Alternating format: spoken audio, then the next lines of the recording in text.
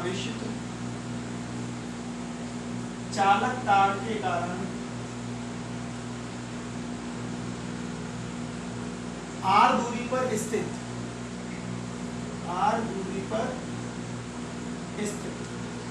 किसी बिंदु P पर E वेक्टर की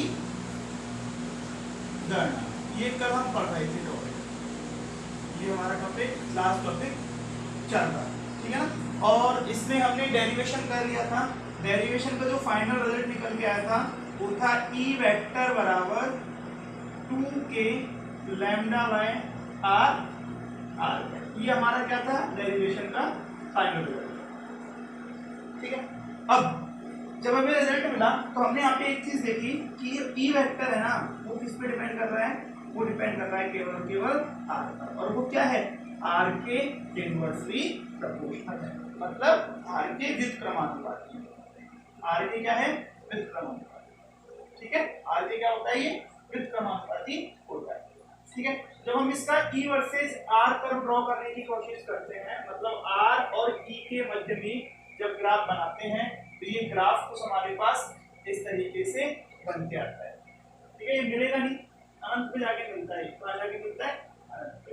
और इसको हम बोलते हैं E vector is proportional to 1/r, ठीक है।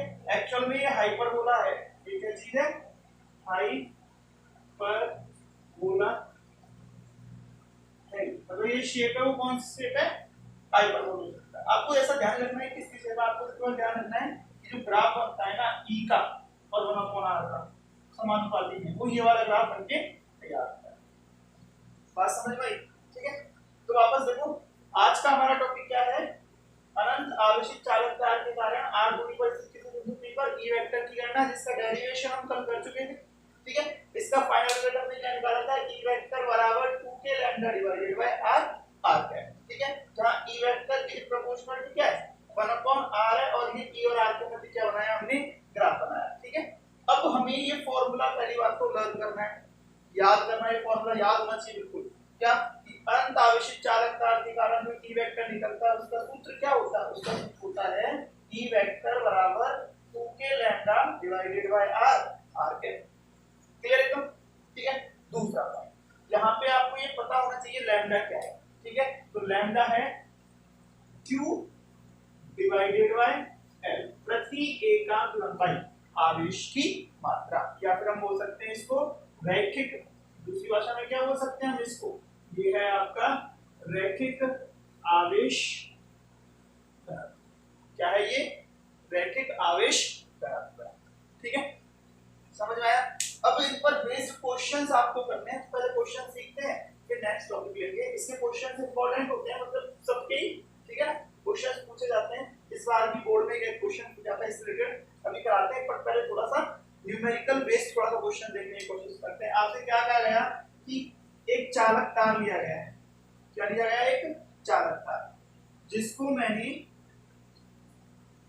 5 माइक्रोकूलम से आवेशित कर रखा है, प्लस 5 माइक्रोकूलम से क्या कर रखा है, आवेशित कर रखा है। और इस चालक तार की लंबाई है ना, वो आपकी सपोज 5 मीटर है, कितनी है, 5 मीटर। आपसे क्या कहा, इस चालक तार से 25 सेंटीमीटर दूरी पर स्थित किसी बिंदु P पर E वेक्टर का मान व उसकी दिशा ज्ञात कीजिए। क्वेश्चन समझ में आया। 5 मीटर लंबे चालक तार को यदि 5 माइक्रोकूलम से आवेशित किया जाता है तो इससे 25 सेंटीमीटर दूरी पर स्थित किसी बिंदु P पर E वेक्टर की गणना कीजिए। तो आपको साफ-साफ बोल रहा है कि क्या चीज है, एक चालक तार है, ठीक है, और निकालना क्या है, E वेक्टर। तो आपके दिमाग में क्या सेट होना चाहिए, चालक तार की वजह से E वेक्टर का पूरी दुनिया में एक ही फॉर्मूला, और वो क्या, 2k lambda by r, r क्या और लगा देते, दिशा के लिए क्या लगा देते हैं, r क्या। अच्छा, अब इसमें हमें क्या क्या चाहिए, 2 चाहिए, तो 2 की जगह 2 रखते हैं, k कोई मीडियम दे नहीं रखा इसने, तो k क्या रखेंगे हम, 9 गुणा 10 की घात 9। अब हमें चाहिए मैंने लैम्डा, भाई मैंने लैम्डा निकालने का तरीका बताया था, लैम्डा बराबर क्या होता है, q बटे l। देखो ये ध्यान रखना, लैम्डा बराबर क्या होता है, q बटे l, ठीक है। लैम्डा बराबर क्या होता है, q बटे l। q कितना है आपका, 5 माइक्रोकूलम, 5 माइक्रोकूलम। l कितना एल हो गया डिवाइडेड बाय आर। आर कितना है 25 मीटर, सेंटीमीटर को मीटर कर दो, मीटर में कन्वर्ट कर दो। इसको आपको सॉल्व करना है, इसको सॉल्व करेंगे तो कितना आएगा भाई देखो, सॉल्व करो इसको, कितना आएगा 2 गुना 9, देखो ये 5 से 5 कट गया, ये बचा 10 की घात 3, ठीक है, और नीचे बचा कितना 25 गुना 10 की घात -2, तो ये ऊपर चला गया, तो 2 गुना 9 गुना 10 की घात हो गया 5, जिसे मैं 100 लिख देता हूँ, 10 की घात 3 को ऐसे रख देता हूँ, और ये हो गया 25। फायदा क्या हुआ, 25 चौक 100 कर दिया, 36 दूनी के क्या कर दिया 72, तो ये आंसर आ गया 72 गुना 10 की घात 3 मीटर। कितना आया आंसर 72 गुना 10 की घात 3 पर मीटर, न्यूटन पर कूलम, ठीक है। ई वेक्टर निकाला ना, क्या निकाला ई वेक्टर। ई वेक्टर की डायरेक्शन क्या होती है, ई वेक्टर का यूनिट क्या होता है न्यूटन पर। तो ये आपका इस तरीके से आंसर आ गया, सीधा सा सवाल हो गया। लेकिन आपको इसमें एक चीज पता होनी चाहिए कि क्या लैम्डा इज इक्वल टू क्या होता है q डिवाइडेड बाय l होता है, ठीक है। इसी क्वेश्चन को जब हमको घुमाना होता है तो कैसे दे देते हैं, क्या कहते हैं इसी क्वेश्चन ले लेते हैं, आपसे बोल देते हैं ये q भी नहीं पता आपको, एक चालक तार दिया है ना, इसका लैम्डा दे दिया सीधा, क्या कह दिया लैम्डा 2 गुना 10 की घात 3 कूलम पर मीटर की, कूलम पर मीटर सॉरी, ये कह दिया आपसे एक चालक तार है, इसका रैखिक आवेश घनत्व इतना है, तो इससे 25 सेंटीमीटर दूरी पर स्थित किसी बिंदु P पर क्या करना है आपको ई वेक्टर की गणना करनी है। अब की बार हमें फॉर्मूला को ही लगाना है, E बराबर क्या 2k lambda by r, r क्या 2 की जगह क्या लगाओगे 2 लगाओगे, k की जगह 9 गुना 10 की घात 9, लैम्डा की जगह क्या लिखोगे अब की बार 2 गुना 10 की घात 3, और r की जगह क्या लिखोगे 25 सेंटी। इसको सॉल्व कर लेंगे हम, इसको सॉल्व करेंगे तो क्या वैल्यू आएगी 2 दूनी के 4 बटे 25 गुना 9, और ये हो गया 9 और 3 12, और ऊपर चला गया 12 13 14, 10 की घात हो गया 14, तो हमने क्या करा 400 गुना 9 बटे 25 गुना कर दिया 10 की घात 12, और इसको सॉल्व करा तो कितना आया 4 चौक 16, 16 गुना 9 10 की घात 12, 16 9 144 गुना 10 की घात 12 न्यूटन पर। सिंपली वे में इसको हमने क्या कर दिया सॉल्व कर दिया, जैसे हम करते आते हैं वही सॉल्यूशन करना है, हमारे पास कोई नया तरीका नहीं सॉल्यूशन करने का, ठीक है।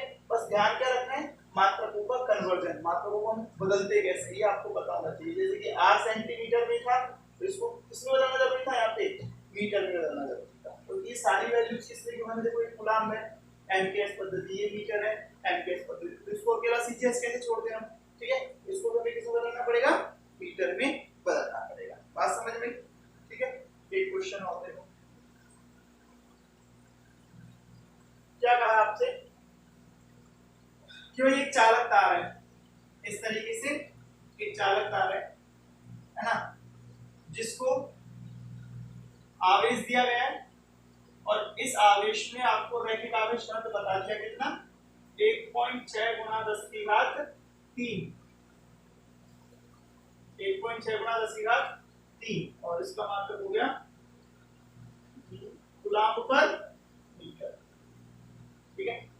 क्या कहा इसके बाद कि इस रैखिक तार के चारों ओर, इस रैखिक तार के चारों ओर 5 सेंटीमीटर दूरी पर, कितनी दूरी पर 5 सेंटीमीटर दूरी पर एक इलेक्ट्रॉन वृत्ताकार पथ में इस तरीके से क्या लगा रहा है चक्कर लगा रहा है, एक इलेक्ट्रॉन इस तरीके से वृत्ताकार पथ में चक्कर लगा रहा है। क्वेश्चन समझ में आया, क्या कहा एक अनंत आवेशित चालक तार है ना, इसके किसी बिंदु से माना बिंदु O से 5 सेंटीमीटर दूरी पर स्थित किसी बिंदु P पर, 5 सेंटीमीटर दूरी पर स्थित किसी बिंदु P पर एक इलेक्ट्रॉन वृत्ताकार मार्ग में, वृत्ताकार पथ में चक्कर लगा रहा है, ठीक है। अब आपसे पूछा ये कि इस चक्कर लगाते हुए इलेक्ट्रॉन का, इस चक्कर लगाते हुए इलेक्ट्रॉन का वेग ज्ञात कीजिए। परिक्रमण करते हुए इलेक्ट्रॉन का वेग ज्ञात कीजिए। ये क्वेश्चन है आपका। क्या ज्ञात करना है आपको? वेग ज्ञात करना है। किसका? इस परिक्रमण करते हुए इलेक्ट्रॉन का। ये परिक्रमण कहाँ कर रहा है भाई? ये परिक्रमण कर रहा है वृत्ताकार कक्षा। ठीक है। अब कोई भी चीज वृत्ताकार कक्षा में घूम रही है और वो लगातार घूमती जा रही है, इसका मतलब उस पर एक फोर्स तो है ही है। इसके बिना वृत्ताकार पथ बन ही नहीं सकता। बताओ वो फोर्स कौन सा है? वो फोर्स है अभिकेंद्रीय बल। कौन सा बल होता है वो जिसकी वजह से वो वृत्ताकार पथ में घूमता है? अभिकेंद्रीय बल। और दूसरा ये इसके अंदर गिरेगा तो इसको संतुलित कौन कर रहा है भाई? इसको संतुलित कर रहा है F। कहने का मतलब क्या है कि इस क्वेश्चन का आंसर लेने के लिए हमें FC को FE के बराबर करना पड़ेगा। और FC का मान कितना है भाई? FC का मान है mv² r। FC का मान कितना? mv² r। और FE का मान कितना? q e q e। यहाँ पर q कौन है? इलेक्ट्रॉन जो चक्कर लगा रहा है। तो क्या हो गया? mv² r is equal two electron. और e कितना है? 2k lambda by r। 2k lambda by r। mv² r और 2k लैम्डा बाय r। क्या हुआ? r ने तो r को कैंसिल कर दिया। ठीक है। v² बराबर कितना आ गया? 2k e lambda divided bye m। कितना आया? 2k e lambda divided bye m। अब बताओ यहाँ पे m किसका आएगा? जो घूम रहा है उसी का m आएगा। वो क्या है? Mass of electron. क्या आपको 2 पता है? पता है। k पता है? बिल्कुल पता है। e charge of electron. Lambda question में गिवन है। m of e mass of electron. हमें क्या सारी वैल्यू पता है? सारी वैल्यू पता है तो हमें v निकालना है। तो v का फार्मूला क्या बन गया? √ 2k e lambda divided bye m of e। बस वैल्यू पुट करनी है इसके अंदर, हम आंसर गेन कर लेंगे। वैल्यू पुट कर दो तो देखो क्या करें हम? v इज इक्वल टू √ ठीक है। वैल्यू रखो 2 की जगह 2, k की जगह 9 × 10⁹ 9। ठीक है। e की जगह कितना रखें? 1.6 × 10⁻90। किसका? माइनस का। इनटू कितना? 2k e lambda. लैम्डा कितना है आपके पास? लैम्डा दे रखा है कितना? 1.6 × 10⁻3। ठीक है। डिवाइडेड बाय कितना करना है आपको? me मास ऑफ इलेक्ट्रॉन कितना होता है? 9.1 × 10⁻35। सारी वैल्यू पता है। सॉल्व कर लेंगे, हमारे पास वेलोसिटी निकल के आ जाएगी। वेलोसिटी का मात्रक क्या होगा? मीटर पर सेकंड। ठीक है। तो इसको सॉल्व करने के लिए मोटा-मोटा तरीका देखो। 9 और 3 हो गए 12। कितने हो गए? 9 और 3 12। इसको सॉल्व करें ना? चलो ठीक है करते हैं। v देखो कितना हुआ? यहाँ देखो इधर 9 और 3 12 12 19 में से गए कितने बचे? 7। तो 2 गुणा 9 गुणा 1.6 गुणा 1.6 गुणा 10⁻⁻7 डिवाइडेड बाय 9.1 गुणा 10⁻⁻31। ये बचा। अब 10⁻31 में से 7 घटाओ, कितने बचते हैं? तो लगभग बचे आपके लिए। इसको सॉल्व करने के कितना बचेगा? 31 में से 7 घटाने को एक तो ये गया, 6 घटा दो 24 बचे। ऊपर जाके 10⁻24 हो गया। तो ये आया आंसर कितना? 2 गुणा 9 गुणा 1.6 गुणा 1.6 गुणा 10⁻24 बटे 9.1। मैं बोल रहा हूँ 9 9.1 लगभग बराबर है। ठीक है। तो ये दोनों कट गए और 1.6 दो बार आ रहा है और ये 2। क्या बोल देंगे? इसका आंसर आ गया 1.6 √2 गुणा 10⁻12। इस पॉइंट को हटाया, नीचे 0 लगाई, इसको कर दिया 10⁻11। तो फाइनल आंसर आया 16 √2 गुणा 10⁻11। मात्रक क्या? मीटर पर सेकंड। इस तरीके से इस क्वेश्चन को सॉल्व करते हैं। ठीक है। और ये क्वेश्चन पूछा था हमारे अभी इस बार RBSc 2020 का हुआ था ना,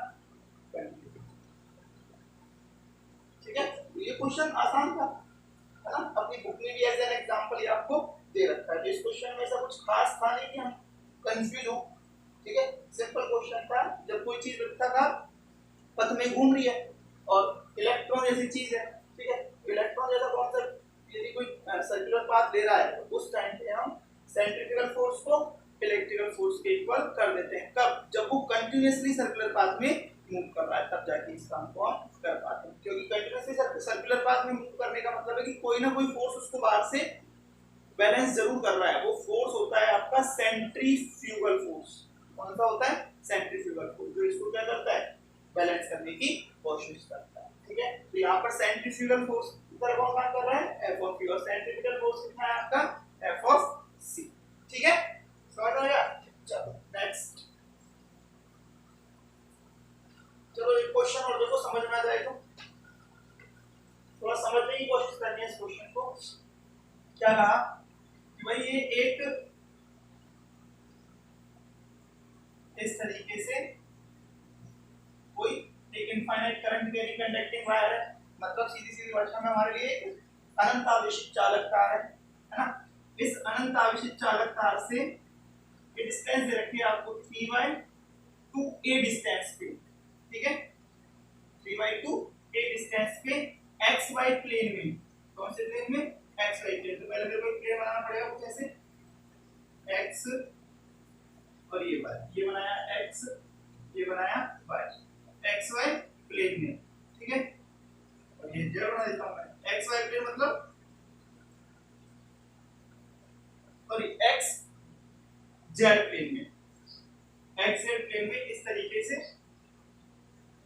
एक रेक्टेंगुलर x z प्लेन में इस तरीके से एक रेक्टेंगुलर, इस तरीके से, मतलब देखो किस तरीके से,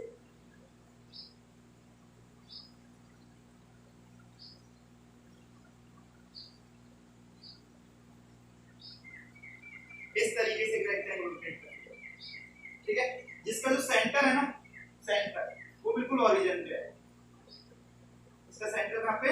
ओरिजिन पे, ठीक है। एक रेक्टेंगुलर प्लेट है जिसकी लेंथ इसमें दे रखी है a है और विड्थ दे रखी है आपको b है, लेंथ भी दे रखी है और विड्थ भी दे रखी है, और यहां से इस तरीके से कोई करंट कैरिंग कंडक्टिंग वायर आपका जा रहा है, ठीक है। अब आपसे कहा, और ये हाइट दे रखी है, जहां से रखी हुई है ना प्लेट, इसकी हाइट दे रखी है कितनी? √3/2a।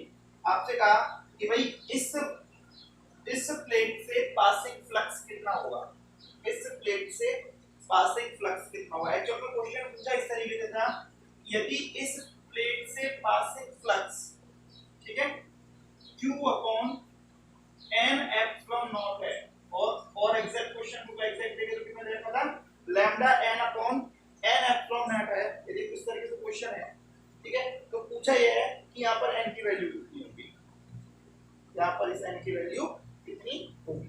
ये phi of t आपसे इसमें कुछ इस तरीके से दे रखा है, और आपसे यहाँ पे n की वैल्यू, तो आपको पता है मैंने कुछ ऐसा क्वेश्चन आपको कराया था कि एक रेक्टेंगुलर या फिर एक स्क्वायर लिया था, तो हम क्या बोल रहे हैं कि ये रेक्टेंगुलर स्क्वायर की जो गाउसियन सरफेस होगी, भाई देखो ये है, ये बीचों बीच रखना है आपको, और इसका कुछ गाउसियन सरफेस बनाना है। इससे हम जानते हैं कि इसका गाउसियन सरफेस सिलेंड्रिकल बनेगा।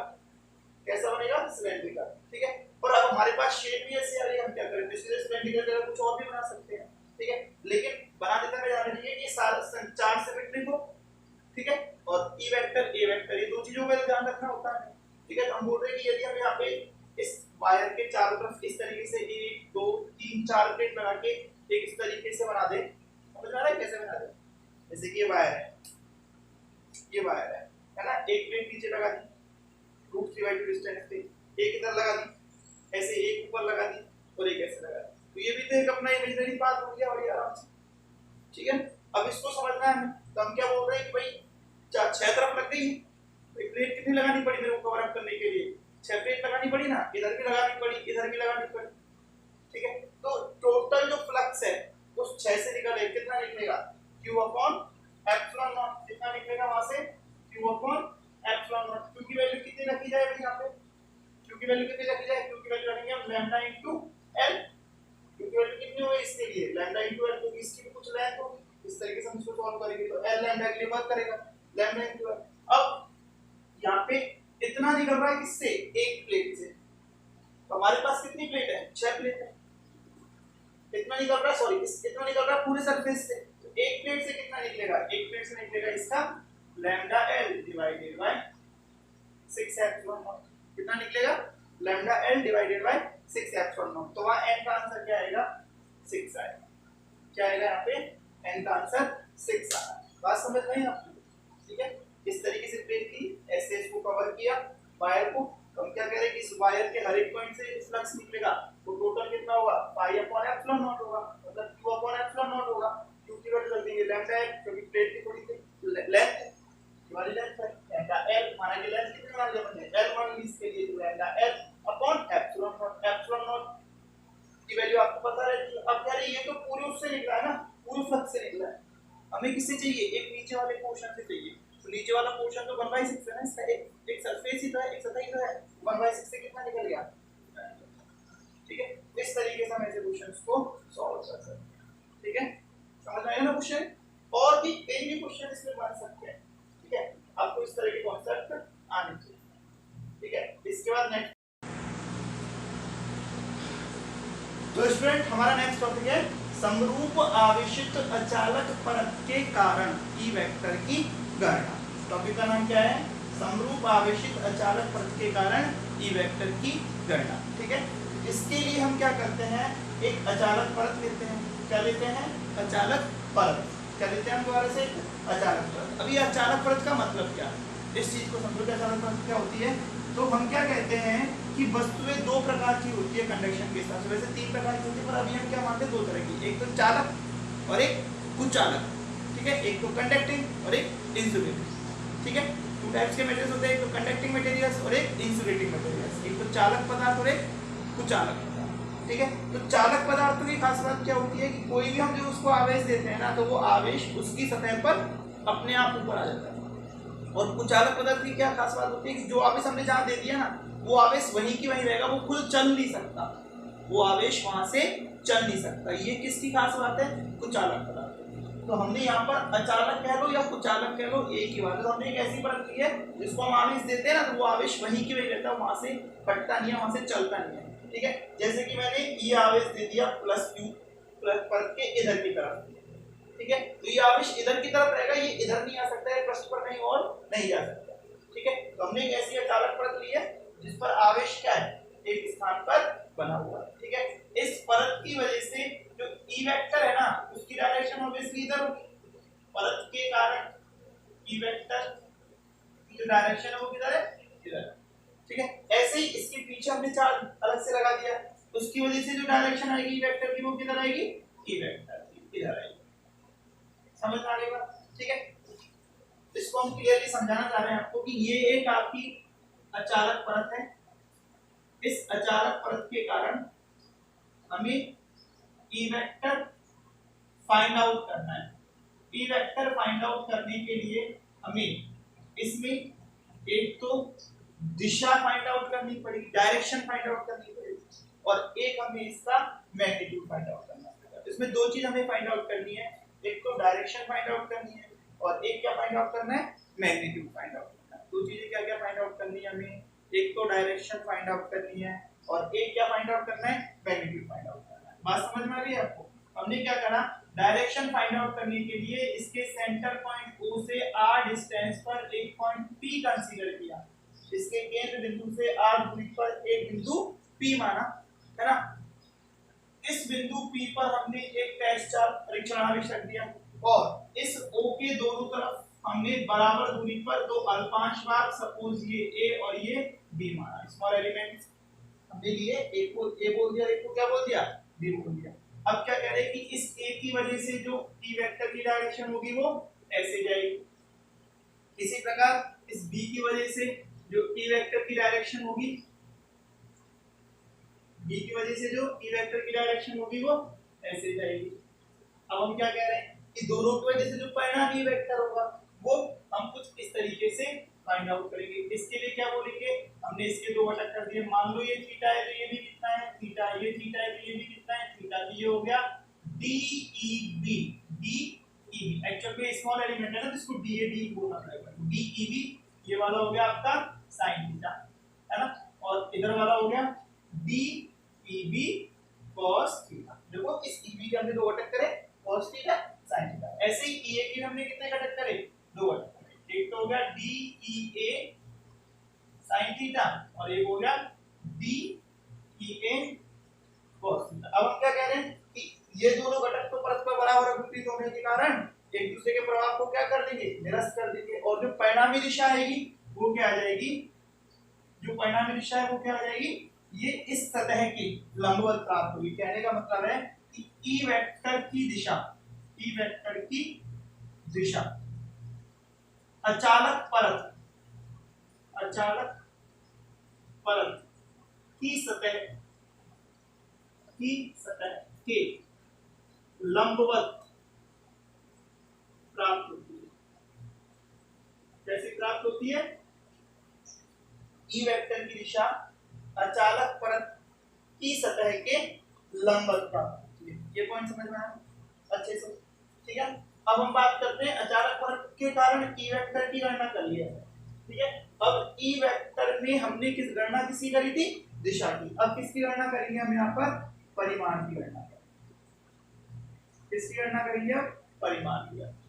तो परिमाण की गणना करने के लिए हमें क्या करना होगा, हमें वापस से इस अचालक परत को लेना होगा। तो हमने इस अचालक परत को वापस से यहाँ बना दिया, ये आपकी अचालक परत हो गई। इस परत की खास बात पता क्या है, इसकी मोटाई बहुत कम है, मतलब ये थिकनेस है बहुत पतली है।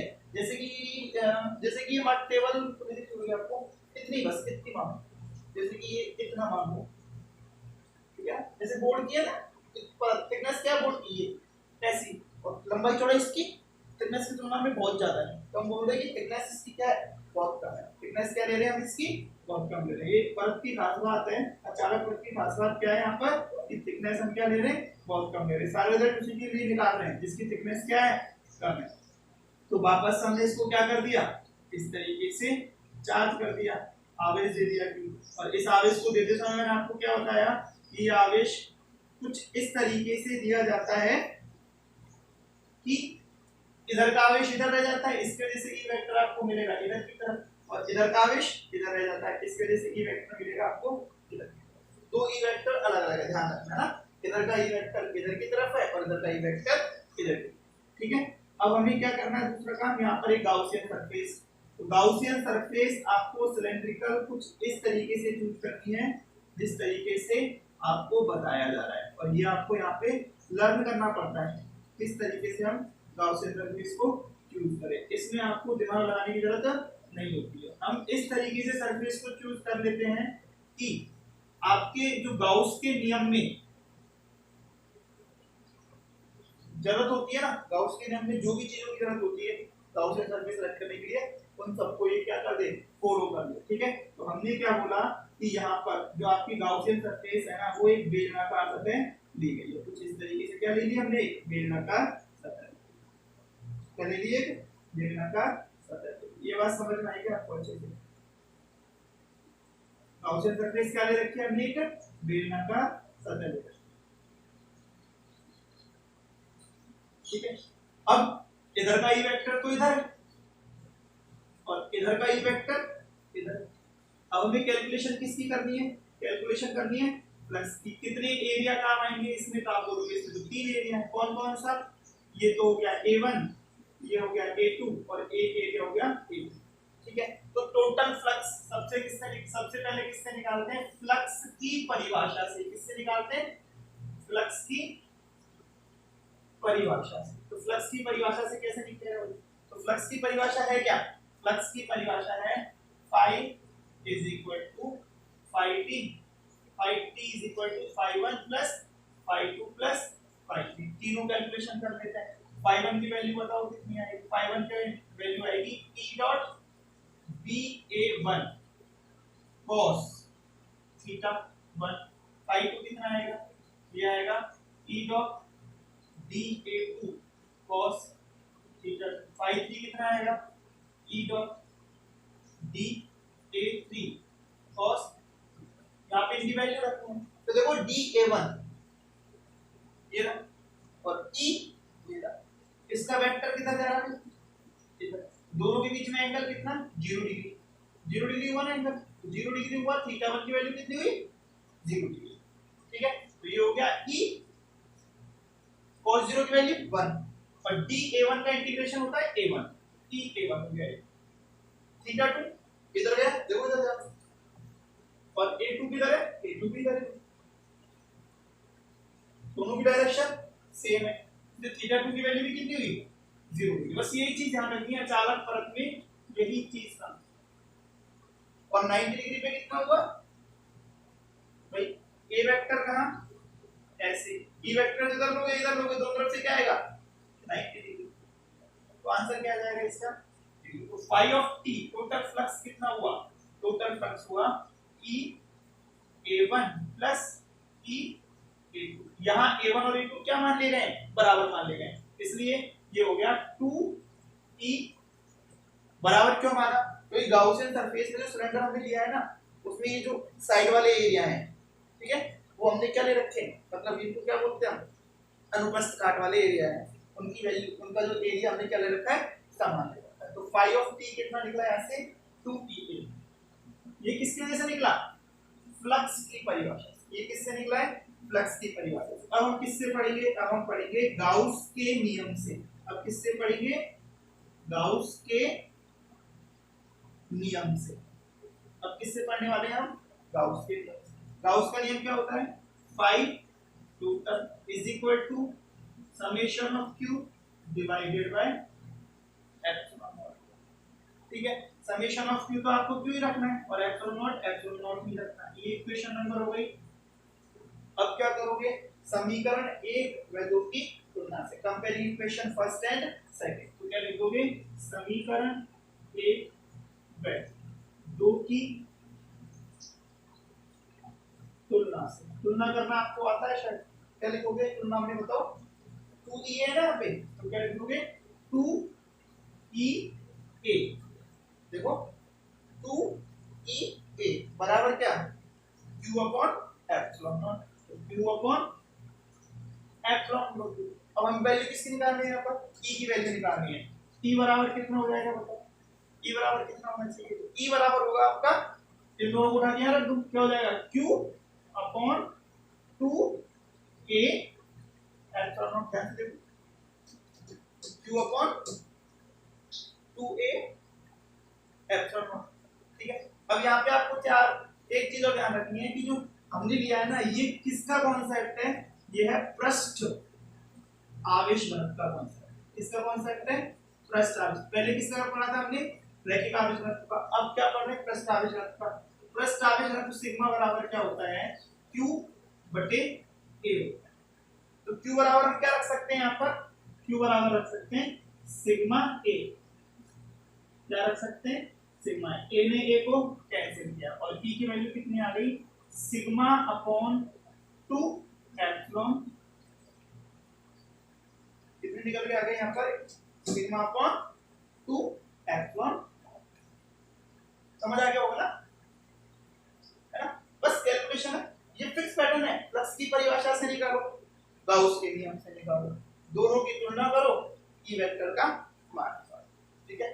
तो ये वैल्यू आई किसके लिए ध्यान रखना, आवेशित पहला, अचालक दूसरा, है ना, तो आवेशित अचालक परत के कारण है, आवेशित अचालक परत के कारण किसका मान है ई का मान है। दिशा पूछे तो क्या कहोगे भाई दिशा के बारे में, भाई पृष्ठ के लंबवत होगी या क्षेत्रफल सदिश के अनुदिश होगी, दोनों ही बात सही है, पृष्ठ के लंबवत मतलब क्या हो गया क्षेत्रफल सदिश के अनुदिश हो गया, दोनों ही कॉन्सेप्ट इसमें सही है, दिशा निकाल दोगे। अब इसमें खास बात देखो, आप खास बात क्या दिख रही है आपको बताओ, खास बात इसमें ये दिख रही है कि दूरी पर तो ई वेक्टर डिपेंड नहीं कर रहा है ना, दूरी पे ई वेक्टर डिपेंड नहीं कर रहा, तो सब कर्व कैसे बनाएंगे, ये कर्व बनाएंगे कुछ इस तरीके से, यहाँ लिखेंगे r, यहाँ लिखेंगे ई वेक्टर, और क्या बोलेंगे कि भाई ये है ना ई वेक्टर वो r पे डिपेंड नहीं करता। इसमें सबसे बड़ी बात मैं आपको बता रहा हूँ, उसको बड़ा ध्यान से सुनना, आपको कान खोल के, बहुत इंपॉर्टेंट चीज है, ये रिजल्ट तभी वैलिड है जब हम परत को अनंत आवेशित ले रहे हैं, अनंत आवेशित मतलब जिसका ना तो हमें और पता ना छोर पता, है ना, ऐसा नहीं होता। अनंत का मतलब होता है कि हमें उसका और छोर नहीं दिखता, हो सकता है किसी दूसरे व्यक्ति को उसका और छोर दिखता, ठीक है। जैसे कि मान लो कि मैं खुद ही हूं और इस दीवार के सामने यहाँ खड़ा हूं, इस जगह पे, उस पहले तो मान लो थोड़ा दूर खड़ा हूं, तो मेरे को दीवार के दोनों कॉर्नर दिख रहे हैं, तो क्या मेरे लिए अनंत है क्या? नहीं। मैं थोड़ा सा आगे आता चला गया, आगे आता चला गया, आगे आता चला गया, ठीक है, और इस दीवार के बिल्कुल ऐसे पास में आ गया, ठीक है। अब मैंने ऊपर आंख करके देखा तो मेरे को केवल दीवार दिख रही है, यहाँ तक, नीचे आंख करके देखा तो भी क्या दिख रही है मेरे को? दीवार, वो भी एक निश्चित पॉइंट तक दिख रही है, ठीक है। तो मेरे लिए उस पॉइंट पे वो दीवार क्या हो गई? अनंत हो गई, ठीक है। लेकिन जबकि आप उसको बाहर दूर से देख रहे होंगे तो आपके लिए तो उसका फर्स्ट पॉइंट भी पता है और लास्ट पॉइंट भी पता है, समझ में आ रही है? आपके लिए वो अनंत नहीं है, जबकि मेरे लिए उस पॉइंट पर वो क्या हो गई? अनंत हो गई। ऐसे पृथ्वी सूर्य से देखोगे तो बोला है उसका सब कुछ आपको दिखेगा, ठीक है, सब कुछ पोर्शन आपको उसका दिखाई देगा, लेकिन पृथ्वी की सतह पर वो हमारे लिए क्या है? अनंत है, तो हमारे लिए क्या हो गई? अनंत। तो समझ में आ गया? जैसे एक चींटी है, यहाँ पे चींटी को यहाँ से देखते हैं इस बोर्ड को, तो पूरा बोर्ड दिख रहा है उसको बड़े आराम से, ठीक है, पास आती गई, यहाँ पे आ गई, तो इसको ऊपर इतना सा पोर्शन दिख रहा है, नीचे इतना सा पोर्शन दिख रहा है। ये बिंदु इस चींटी के लिए, है ना, इस परत को क्या बना रहा है?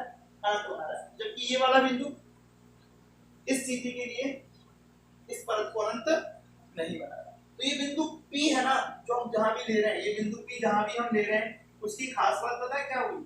उसकी खास बात ये हुई कि ये बिंदु P जहां भी लिया गया है ना, उस बिंदु P से ये परत कैसी दिखाई देनी चाहिए?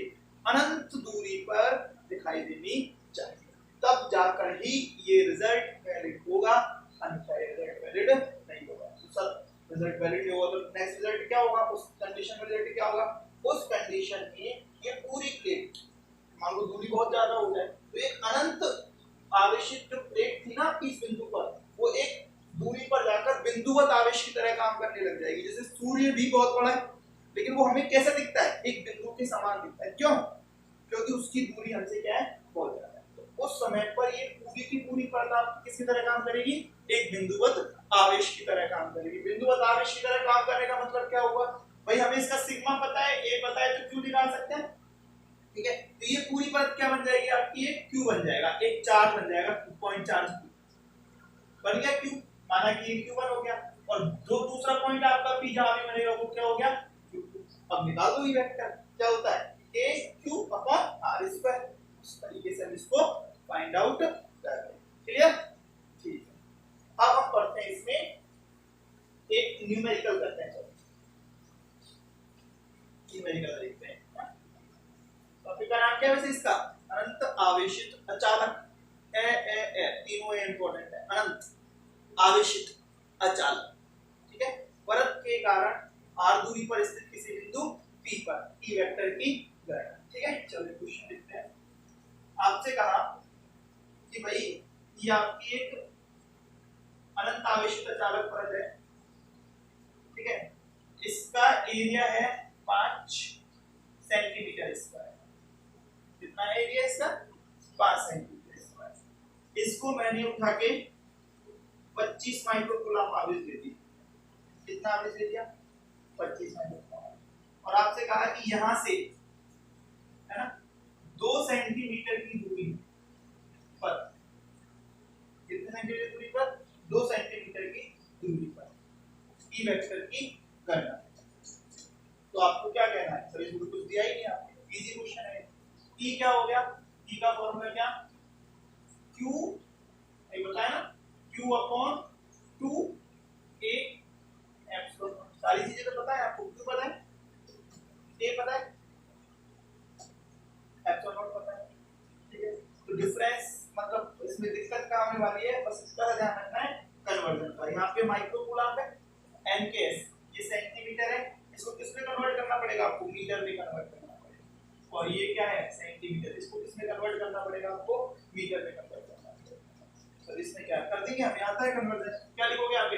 25 गुणा 10 की घात माइनस 6। क्योंकि यहाँ पे कोई दूसरे का 2 की जगह क्या लिखा, 5 की जगह लिखा 5 गुणा 10 की घात माइनस 2 और एप्सिलॉन नॉट की जगह क्या लिखा ए और है ना सर, ए और है ना, ए तो आएगा ही सही है, ए तो आएगा ही, ए आ गया, क्यू आ गया, 2 आ गया, ए आ गया। अब क्या बचा एप्सिलॉन नॉट, एप्सिलॉन की वैल्यू आपको पता है कितनी 8.854 इनटू 10 पावर माइनस 12 और ये हो गया आपका।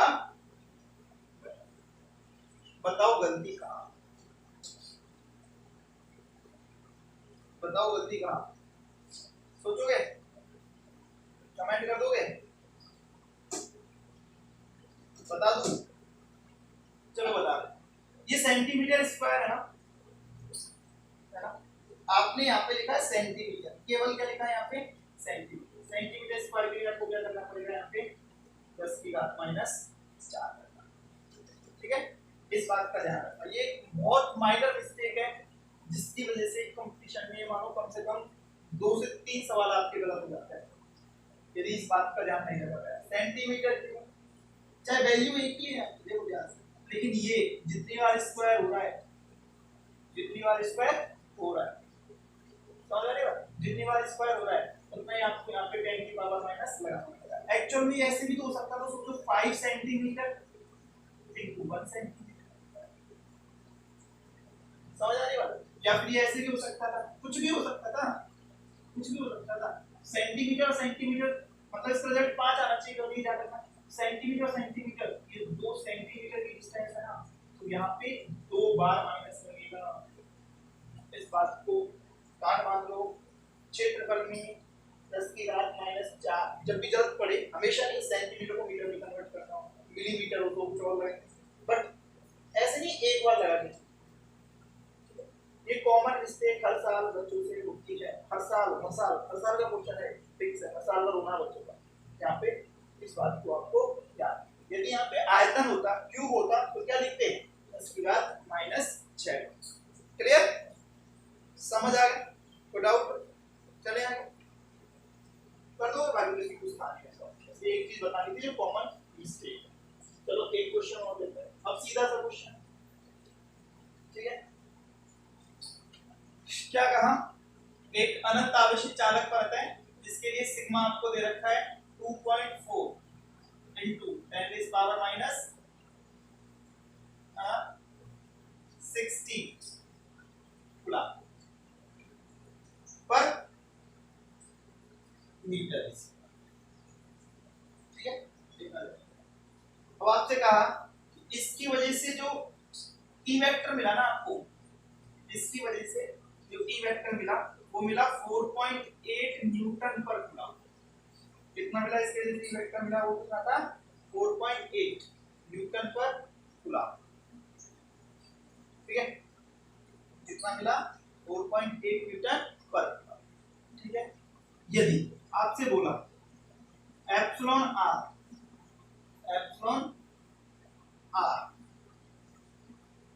Into epsilon naught, epsilon R into epsilon naught, इन दोनों का मल्टीप्लिकेशन, इन दोनों का मल्टीप्लिकेशन 9 गुणा 10 की घात 5 है, कितना है 9 गुणा 10 की घात 5, ठीक है। और जिस भी प्लेट पे काम कर रहा है उस प्लेट का एरिया, जिस भी प्लेट पे लग रहा है अचालक परत पे उस प्लेट का एरिया 5 सेंटीमीटर स्क्वायर, ठीक है। तो आपको बताना है उस प्लेट को कितना आवेश दिया गया होगा। क्वेश्चन समझ में आया, क्या पूछा आपसे, उस प्लेट को कितना आवेश दिया गया होगा, ये आपका क्वेश्चन, ठीक है। तो आप क्या करो, आप लगाओगे फॉर्मूला कौन सा वाला, ई वेक्टर बराबर सिग्मा अपॉन 2f, ठीक है। ये मत लगाना, लंबा पड़ेगा। इससे पहले एक छोटा सा फॉर्मूला हमारे पास क्या है, Q बराबर सिग्मा अपॉन Q बराबर सिग्मा अपॉन सिग्मा दे रखा है, A दे रखा है, Q चाहिए निकालते हैं। ठीक है, सर इससे नहीं निकल सकता, क्या निकल सकता है? बस यहाँ पर ये मीडियम बन गया, क्या बन गया? मीडियम। यहाँ लिख दिया एप्सिलॉन नॉट एप्सिलॉन नॉट। ठीक है, इन दोनों की वैल्यू रखो, फिर निकालो। यहाँ पे क्या रखो? Q अपॉन A रखो, तब जाके सॉल्व करके निकालो। कहाँ जरूरत है? तो डाटा कई बार क्वेश्चन में ऐसे ही दिया होता है, हम इसको सिंपल तरीके से निकाल सकते हैं ना। Q बराबर सिग्मा अपॉन है, जरूरत ही नहीं है पता नहीं, सिंपल तरीके से आप इसको फाइंड आउट कर सकते हैं। क्लियर? समझ आया? मेरे को इस क्वेश्चन के पीछे केवल आपको ये समझाना था कि सिग्मा को Q में और Q को सिग्मा में जरूरत पड़ने पर परिवर्तित किया जा सकता है। क्या समझाना था मेरे को? इस सिग्मा को Q में और Q को सिग्मा में जरूरत पड़ने पर हम परिवर्तित कर सकते हैं।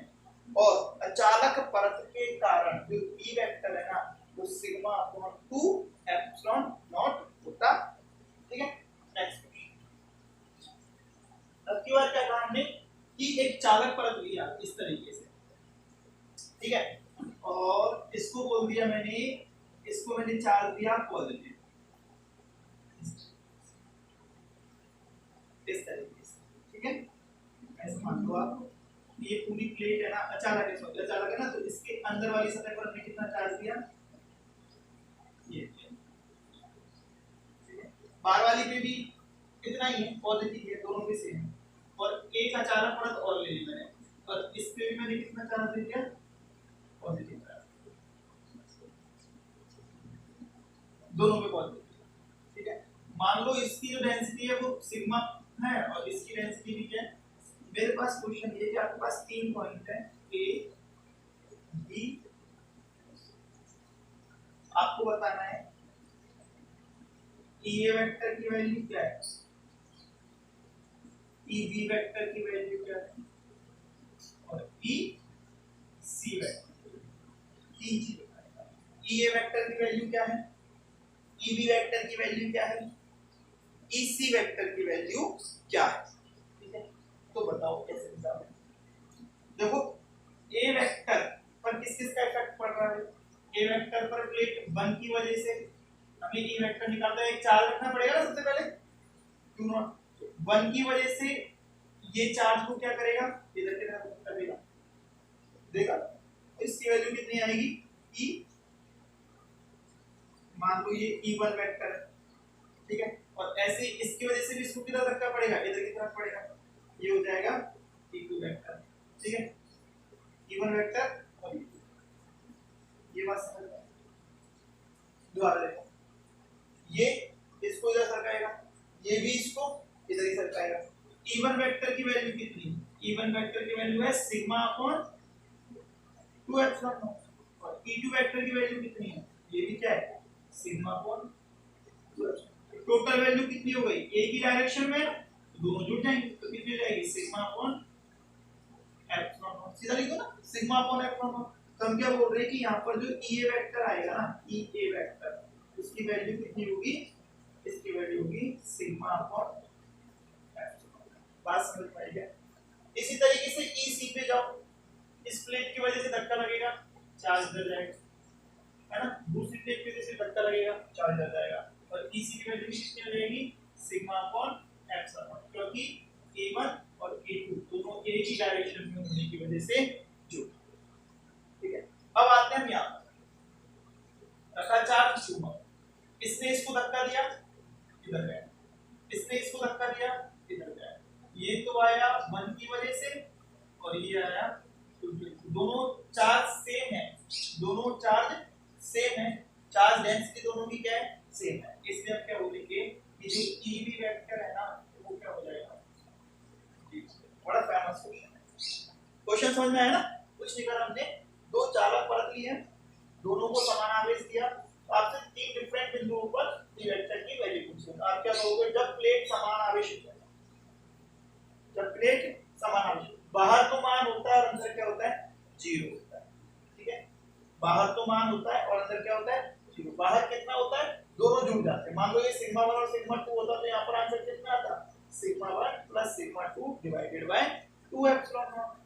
ठीक है, अब एक जैसे हैं तो sigma upon 2 epsilon not plus sigma upon 2 epsilon naught, ठीक है, तो कितना बन गया sigma upon epsilon not. Clear है, समझ में आ गया? एक क्वेश्चन और इसी पर बेस्ड। अब क्वेश्चन क्या है आपका कि ये प्लेट है वापस ये प्लेट है, अब की बार थोड़ा सा डिफरेंस ये करा हमने, एक तरफ तो लगा दी पॉजिटिव प्लेट और एक तरफ लगा दी हमने नेगेटिव, और क्वेश्चन वही रहा क्या, 3 पॉइंट ए बी सी, आपको बताना क्या है तीनों पॉइंट पर ई वेक्टर की वैल्यू। ए वेक्टर क्या होगा, ई बी वेक्टर क्या होगा, ई सी वेक्टर, ये आपको मालूम है। तो ई वेक्टर क्या होगा, देखो 1 की वजह से किधर जाएगी प्लेट, इधर जाएगा, चार्ज की होता है ना, धक्का देगा, 2 कहां ले जाएगा इसको, इधर ले जाएगा। तो देखो E1 अब ये दूर है, ये वाली दूर है, तो इसका इफेक्ट कम पड़ना चाहिए, इसका इफेक्ट ज्यादा पड़ना चाहिए नहीं, क्यों, क्योंकि ये तो दूरी पे डिपेंड नहीं करता, हमने वो पॉइंट लिया उसने कंसीडर कर रखा पहले कि ये दोनों इसके पॉइंट के लिए क्या इनफाइनाइट प्लेन, ठीक है, इस दूरी पे कोई इफेक्ट नहीं पड़ेगा, तो यहाँ पे कितना आ जाएगा 0, एक दूसरे को क्रॉस कर देंगे नियरेस्ट, ऐसे यहाँ पे भी क्या आ जाएगा, एक इसको इधर खींचेगा एक इसको इधर खींचेगा, आंसर आ जाएगा 0। अब यहाँ पे क्या आएगा, ये क्यों होता है, देखो ये इसको धक्का देगा और ये इसको अट्रैक्ट करेगा, दोनों एक डायरेक्शन में, इसलिए क्या हो जाएगा सिग्मा अपॉन एप्सिलॉन, ठीक है। तो एक चीज ध्यान रखो, जब विपरीत आवेश की प्लेट हो तो संधारित्र बन जाता है, पढ़ेंगे हम, क्या बन जाता है संधारित्र, और संधारित्र का जो ई वेक्टर है ना वो अंदर ही होगा, बाहर तो कहां से होगा, ठीक है, अंदर जो मान होगा ना वो कितना होता है सिग्मा अपॉन एप्सिलॉन, इसका मान है ई वेक्टर, इसके अंदर है संधारित्र के अंदर, संधारित्र का ई वेक्टर का मान कितना सिग्मा अपॉन